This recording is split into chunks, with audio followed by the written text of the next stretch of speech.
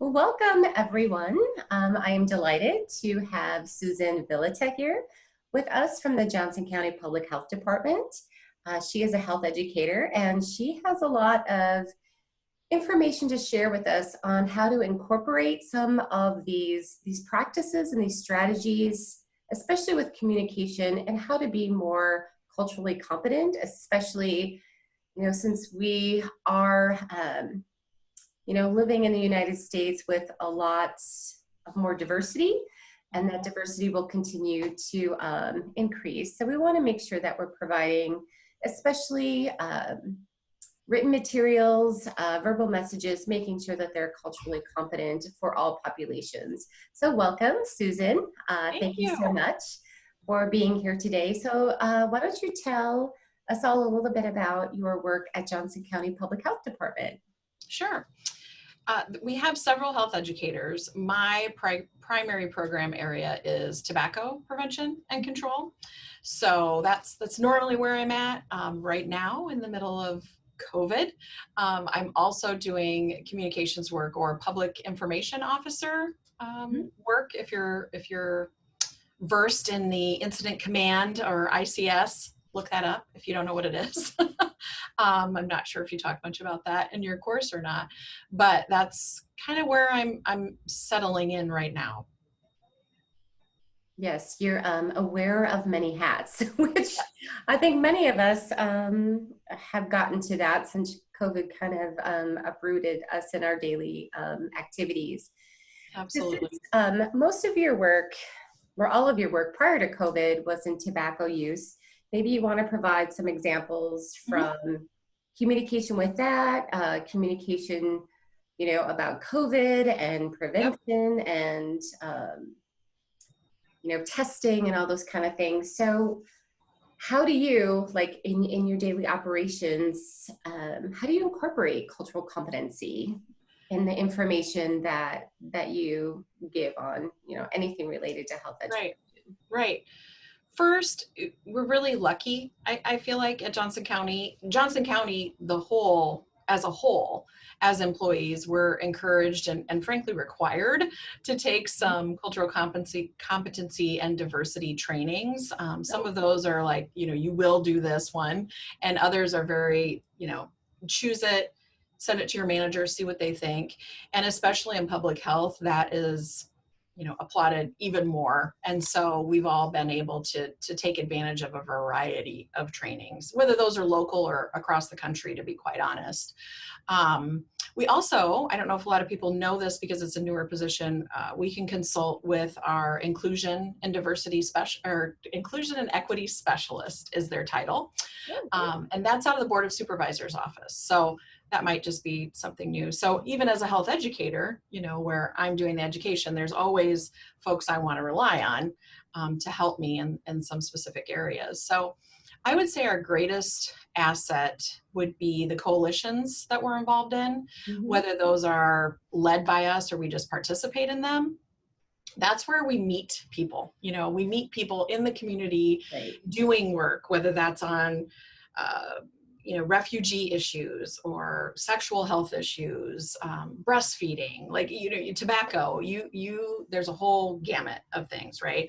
So having those established relationships is the way that we begin to understand those cultures way beyond a training, right? Once you get to know a person and you have those relationships, that's where that comes. So whether that's a disease prevention specialist, working with folks who are refugees they have to get a certain amount of immunizations within, I want to say it's a year of with their refugee status. It's a lot of paperwork, but the documenting, the certifying, and the actually providing the immunizations is something that my coworkers do. To well water testing, south of here in the Amish community. So that's how those partnerships are made in those areas. The way we usually think about through the whole agency, and not just in health education, but in working with any diverse populations, access, sociocultural differences for sure, and engagement. So those are kind of the three, not that there's not a gazillion more, but if we kind of make sure we're hitting those things, then the other, whether that's socioeconomic or environmental, those things all kind of fall under that. A specific example in tobacco, the American Indian population, for cessation, for tobacco cessation, Quitline, Iowa, for instance, there's specific messaging about commercial tobacco versus traditional tobacco, right? Because in that culture, I mean, there's medicinal and ceremonial purposes with tobacco. And so in our messaging, even to quit, we want to make sure that they understand that, so that they know when they're calling in, we understand that might be the background that they're coming from, Right. From that population. So trying to think of other specific examples. Focus groups and surveys are a huge way to understand those different populations as well. Our food establishment folks, I point upstairs because they're upstairs, are my environmental health coworkers. They did something last summer that was really cool, where they wanted to look at, with illnesses, foodborne illnesses in restaurants, that sometimes they realized the barrier was language, that sometimes that owner operator spoke a different language, and as a first language anyway. And so some of the requirements weren't necessarily coming through, so it wasn't, they didn't want to follow a food rule. They just didn't necessarily understand it in the same way. So they went on a little journey to determine more, how did they say it? Culturally relevant safety practices as well in the different restaurants. So they brought in folks from all those different groups and had conversations and all of that. So we learned a lot there. Two other things. With COVID, we made materials right off the bat readily available in multiple different languages. And, knowing the top 5 that are spoken in Johnson County, we wanted to focus on those. And then we have staff members that, speak Spanish or they speak French, and they have relationships in certain communities. So in one instance, we had a French-speaking staff member do a video, for that population, just kind of explaining and answering some really specific questions for folks that spoke French. With videos, whether it's captioning in another language, like maybe sometimes we can't always get somebody to do a voiceover, but we can get it in writing. So that's something that we've tried during this anyway. And specifically in the Latinx and African and refugee communities, there were some specific questions that came up kind of through the grapevine. Some through employees, some through some social media responses. They would, ask a question and you were like, do people really understand what public health is supposed to do? What law enforcement's supposed to do, what the state's supposed to do, with this pandemic. And so we were able to connect with a lot of those community leaders in those populations and say, what are your questions? And realizing that a lot of them were very different, but a lot of them were really the same. So it didn't just help inform our messaging back to those particular communities, but our overall messaging of the whole situation and how to keep yourself safe. So those were real specific, from kind of real general to real specific, to try to give folks an idea of the type of messaging it's absolutely vital, because anytime during, an infectious disease outbreak, if it's foodborne, if it's, the coronavirus, they always turn to the local public health department, right, for that messaging. But I know part of what, that we've talked about in the textbook, and I'm glad that you mentioned having that access to all of those different community groups, like through your coalitions. You can view the training, you can pass the post test, you can read it out of a textbook, but you really need to engage with members of the community. So do you, when you've got all these informational materials and educational materials, how do you pilot test them? I mean, is there a certain, program that you put them through to make sure that they're at a 5th grade reading level, or, what kind of strategies do you use? Or fifth grade is the one we typically shoot for. Is it 5th grade? Okay. Yes, I know a lot of students we'll do, and see, you all are going to know more than I am right now. There are a lot of online ways to do that. I mean, at a base level, we use what's provided in like Word and Yeah, because I know Word all has those some things. ways, but Yep. So we always make sure that people do that, but we've had students teach us about some outside ways to do that, that I don't remember all the names off the top of my head, but we always talk back and forth about how that's important. I think, the one thing I've realized in thinking about this conversation with you and then talking to some of my coworkers, so that I was lending not only a, tobacco or COVID perspective, but some of these other programs, was that we're not as systematic about it as we could or should be, right? We know what we should do and we kind of know the tools, but some of us might do it differently. Mhm. And in some ways that's okay, but I have to admit, I think in other ways that means that things are missed. So yeah, we use those literacy tools. We've had a lot of students. This is something that would be good for your students to hear, whether it's practicum or just a project. There's only 40 some of us here. We're always looking for extra help. So if you can help us with testing, that's something that happened with, I mentioned the immunization, the refugee immunization work that we do. We had a student then go back and talk to the folks that went through the steps in the process and say, hey, how could we improve? And that helped our disease prevention folks immensely. With breastfeeding peer counseling, we have that in a couple different languages right now.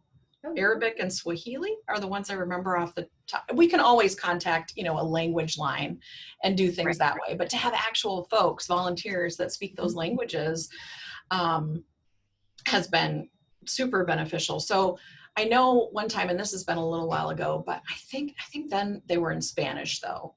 So we had them when they were in the office, maybe doing an appointment for WIC or something else. We said, hey, you're getting these messages, did you like this one or this one? Like it was a real simple, like yes or no, and then they could offer some suggestions.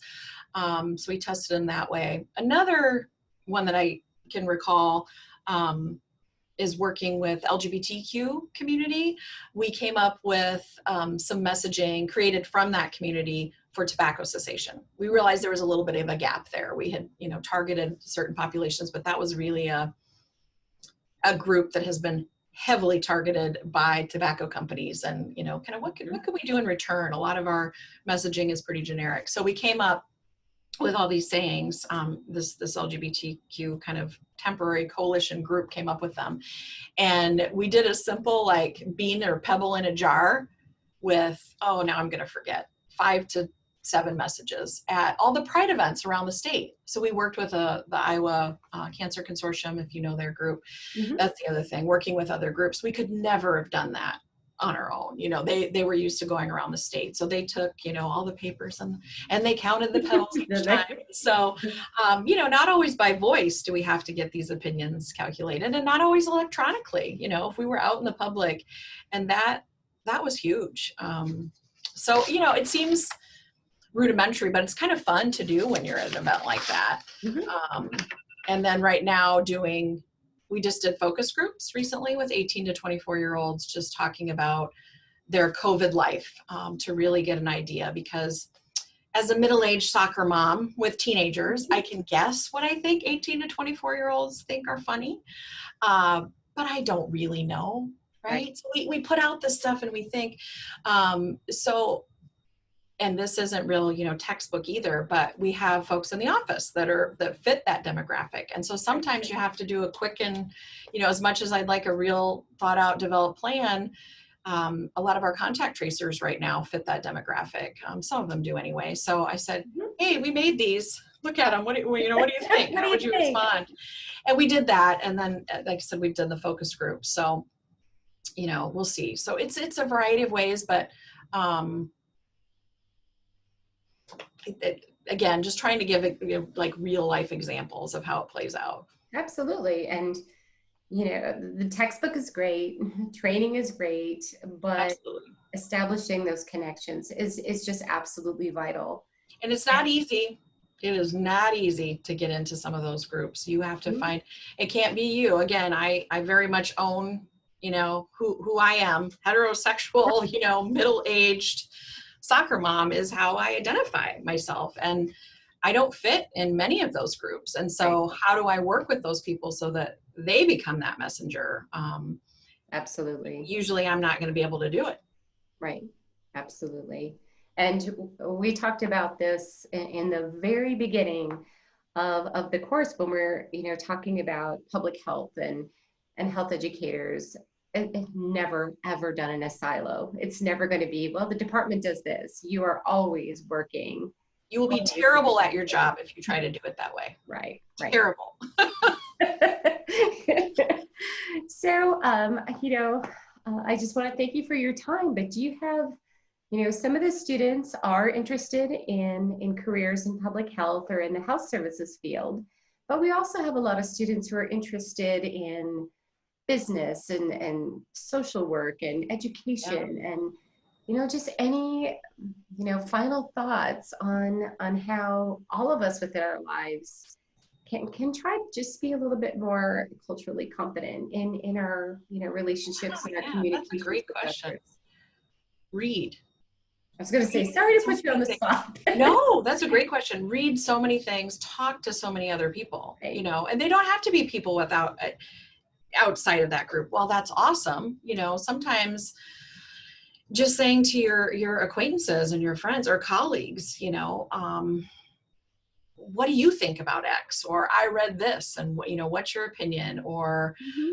um, I don't know. I pick the brains of my colleagues, and so, like I said, I would say that with friends, whether that's the person here that I know has a great relationship with the Amish community, or the person that has a great relationship with the African community, or and I just say, oh well, what's different? What do I need to know as I'm explaining things? What do I need to know? What's most important?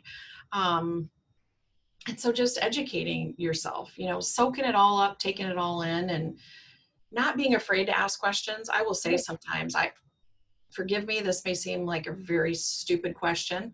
And I just humbly, respectfully, and with humility, just ask it. Does this make sense to you? I don't know. This made sense to me. Does it make sense to you? Um, just talking. Anything. I've been really lucky in my jobs and in my education to take part in, like you said, all of those trainings and all of the textbook stuff. And so it does work if you work it, Right. if that makes sense. Yeah. No, yeah, it does Yeah. make And sense. just make it a foundation. Don't be okay with just putting something out. Say, wait a minute, we need to test this. Did we test this? How, even if it needs to be quick. And right now in COVID times, things are quick, but things aren't always like that. And so how can you just incorporate that into any plan? Mhm. So nobody's going to do that for you. That's something that you have to learn, and take not into just your brain, but your heart and your guts as well. That it's an important thing for you to do in that field. Absolutely. Well said. Yeah. Well, I know you are absolutely swamped with things all COVID related. So, but I just want to thank you so much for Yes. taking time out of your busy day to speak with all of us. Yeah, please tell your students, give them my email and my phone, and you're all welcome to ask any question ever. Great. Thank you for that. Yes, take Okay. care. Take care, Susan.